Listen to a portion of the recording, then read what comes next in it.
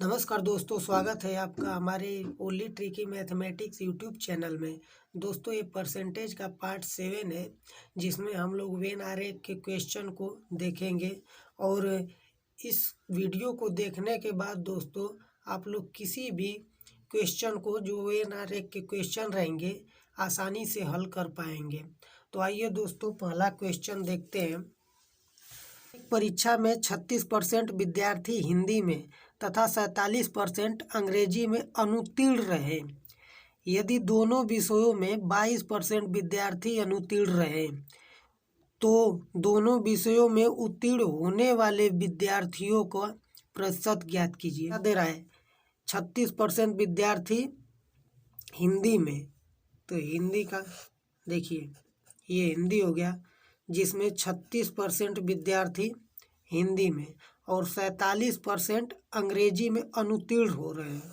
देखिए, अंग्रेजी में 47% अनुत्तीर्ण हो रहे हैं और दोनों विषयों में 22% अनुत्तीर्ण हो रहे हैं। सबसे पहले दोस्तों, ये मान जो हम लोग रखेंगे, ये मान एक सीक्वेंस में रहना चाहिए, ठीक है। तो देखिए, और पूछ क्या रहा है? दोनों विषयों में उत्तीर्ण होने वाले विद्यार्थियों का प्रतिशत, यानी कि अनुत्तीर्ण का देखिए दिया है और उत्तीर्ण का पूछ रहा है।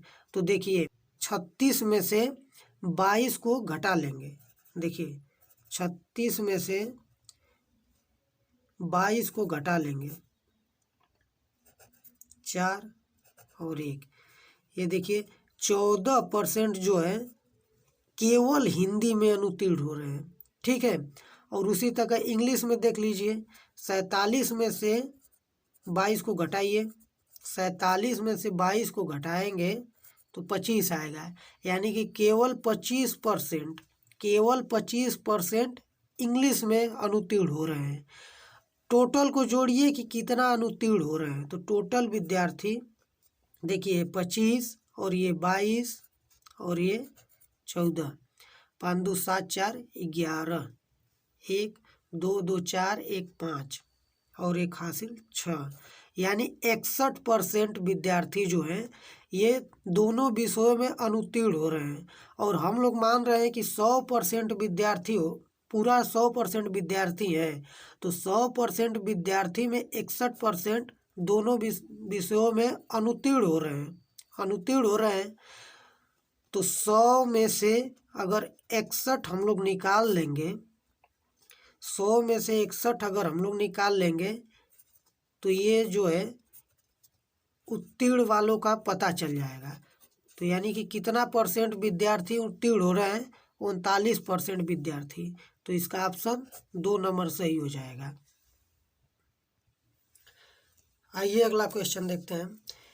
एक परीक्षा में 58% छात्रा अंग्रेजी में, 37% गणित में तथा 19% दोनों विषयों में अनुत्तीर्ण रहीं। कुल कितने परसेंट छात्रा अनुत्तीर्ण हुए? देखिए, अंग्रेजी में यानी इंग्लिश में 58% छात्रा अनुत्तीर्ण रहे और गणित में यानी मैथ में 37% छात्रा अनुत्तीर्ण है और दोनों विषयों में 19% अनुत्तीर्ण रहे। ये देखिए, ये सब अनुत्तीर्ण है। तो केवल इंग्लिश में के लिए अगर निकालेंगे तो 58 में से 19 को घटा लेंगे, ठीक है। तो 58 में से 19 को घटाइए, 39, और केवल मैथ का निकालेंगे तो 37 में से 19 को घटा लेंगे।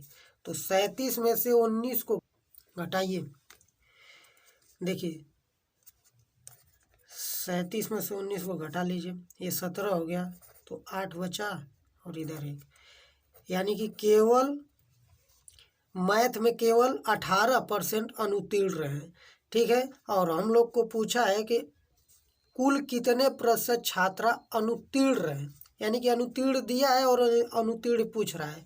तो सबको जोड़ लीजिए, देखिए ये 18 और इसको जोड़ेंगे तो 19, ठीक, और इसको 39 को जोड़ लीजिए, ठीक है। 9 9 18, 8 8 16 यानी 26, 26 को 6 हाथ में लगा 2, 3 2 5, 5 2 7, यानी कि 76% छात्रा जो है अनुत्तीर्ण रहे। ठीक है, आइए अगला क्वेश्चन देखते हैं। किसी परीक्षा में 42% अभ्यर्थी हिंदी में फेल हुए तथा 52% अंग्रेजी में फेल हुए। यदि 17% अभ्यर्थी दोनों विषयों में फेल हुए तथा 69 अभ्यर्थी दोनों विषयों में पास हुए। ठीक है, तो परीक्षा में सम्मिलित हुए अभ्यर्थियों की संख्या क्या है? ठीक है, क्या दे रहा है?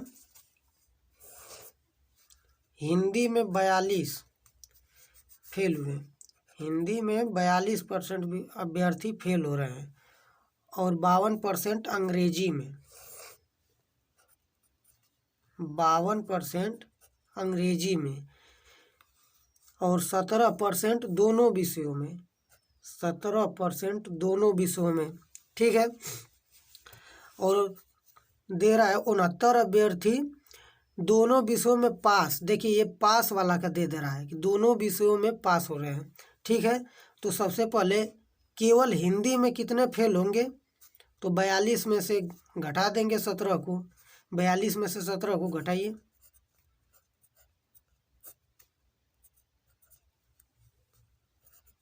25, यानी कि केवल 25% हिंदी में केवल 25% पास फेल हो रहे हैं। ठीक, और इंग्लिश में कितने फेल हो रहे हैं? तो 52 में से 17 को, जो कॉमन है, इसको घटा लीजिए, यानी 35%, 35% केवल इंग्लिश में फेल हो रहे हैं। ठीक है, और सबको जोड़ दीजिए, देखिए ये 35, 17 और 25, यानी कि इन सबको जोड़ेंगे तो 5 5 10, 10 7 17 को 7 हाथ में लगाए, 3 1 4, 4 2 6 1 7, यानी कि 77% जो अभ्यर्थी हैं वो इतना फेल हो रहे हैं।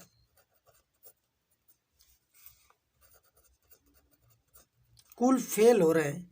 ठीक है, और ये क्या दे रहा है? 69 अभ्यर्थी दोनों विषयों में पास हुए। तो देखिए दोनों विषयों में कुल फेल कितने हो रहे हैं? 77% हो रहे हैं, यानी कि 100% में से 77% दोनों विषयों में फेल हो रहे हैं। तो 100 में से 77 को घटा देंगे तो 23% बचेगा, यानी 23% दोनों विषयों में पास होंगे। और इधर क्या दिया है?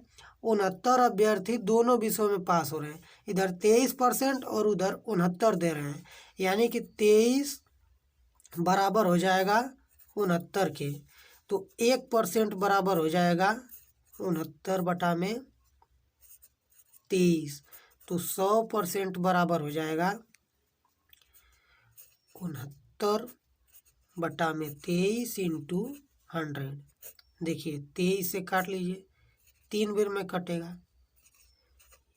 100% इसलिए निकाल रहे हैं क्योंकि ये क्या पूछा है?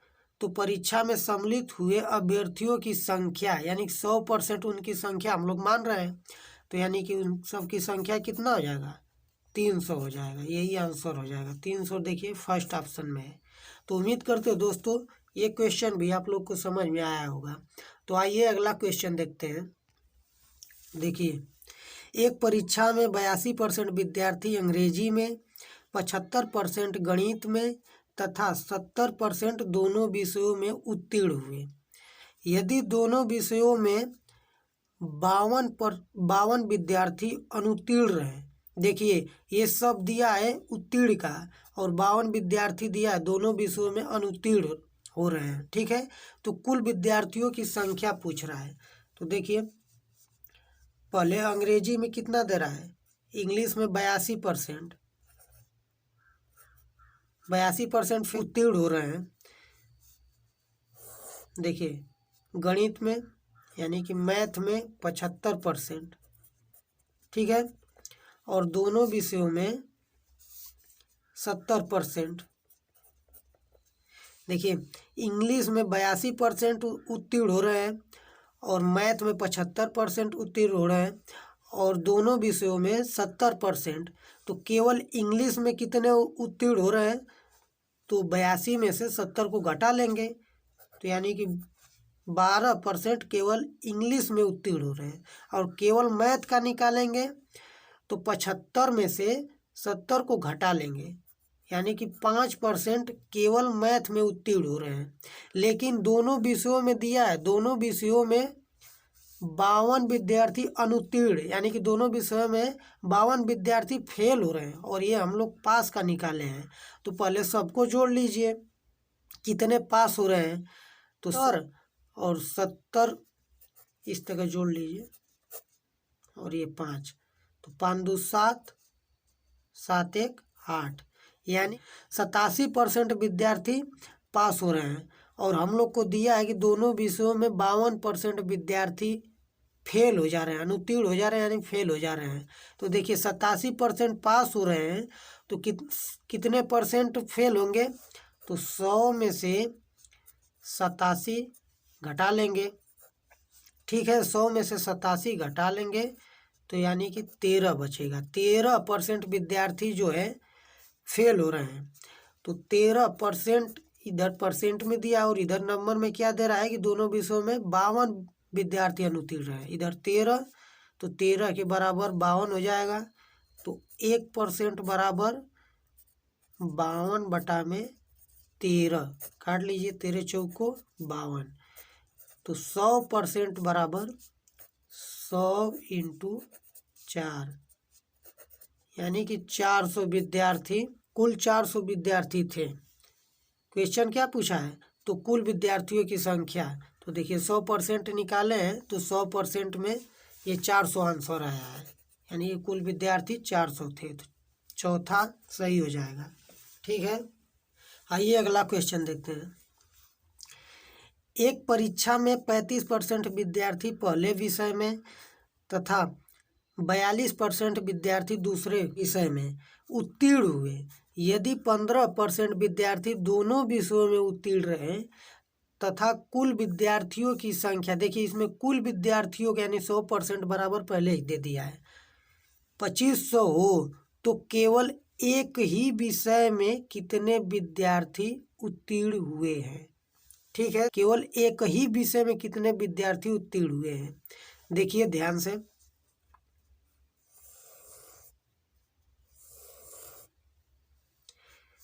पहले विषय में कितने, 35%। ठीक है, 42% दूसरे विषय में और 15% दोनों में। देखिए पहले विषय में 35% उत्तीर्ण हो रहे हैं और दूसरे विषय में 42% उत्तीर्ण हो रहे हैं और दोनों में 15% हो रहे हैं। ठीक है, तो क्या पूछा है, केवल एक ही विषय में कितने विद्यार्थी उत्तीर्ण हुए। ठीक है, तो केवल पहले में कितने उत्तीर्ण हुए, 35 में से 15 घटा लेंगे तो 20 बचा। ठीक, केवल पहले में 20% उत्तीर्ण हुए और केवल दूसरे में घटा लीजिए, 42 में से 15 7 और ये 2, यानी कि 27% केवल दूसरे में उत्तीर्ण हुए। क्वेश्चन क्या पूछ रहा है, देखिए केवल एक ही विषय में, केवल एक ही विषय में कितने विद्यार्थी उत्तीर्ण हुए। तो देखिए केवल, देखिए पहले में 20% हो रहे हैं और दूसरे में केवल 27% हो रहे हैं। तो इन दोनों को जोड़ लीजिए, 20 और 27 47%। ठीक है, और दिया क्या है, कुल विद्यार्थियों की संख्या दिया है, यानी 100% बराबर 2500। ठीक है, तो 1% बराबर 2500/100। और देखिए 47% निकालेंगे, चूँकि पूछ रहा है कि एक ही विषय वाले लोग का। तो देखिए एक ही विषय में केवल 27 और 20 है तो इन सबको जोड़े तो 47 हुआ है, तो 47% निकाल लेंगे। 2500 बटा में 100 इंटू 47। तो देखिए एक जीरो से एक जीरो कैंसिल, दोनों जीरो से कैंसिल हो गया, और 25 इंटू 47, 25 इंटू 47 का गुणा करेंगे तो 1175 हो जाएगा, जो कि दूसरे ऑप्शन में मौजूद है। तो उम्मीद करते हैं दोस्तों ये क्वेश्चन भी आप लोग को बहुत अच्छे से समझ में आया होगा, और अगर ये वीडियो अच्छा लगे तो please like comment and subscribe करिए। चलिए मिलते हैं नेक्स्ट वीडियो में, तब तक के लिए जय हिंद।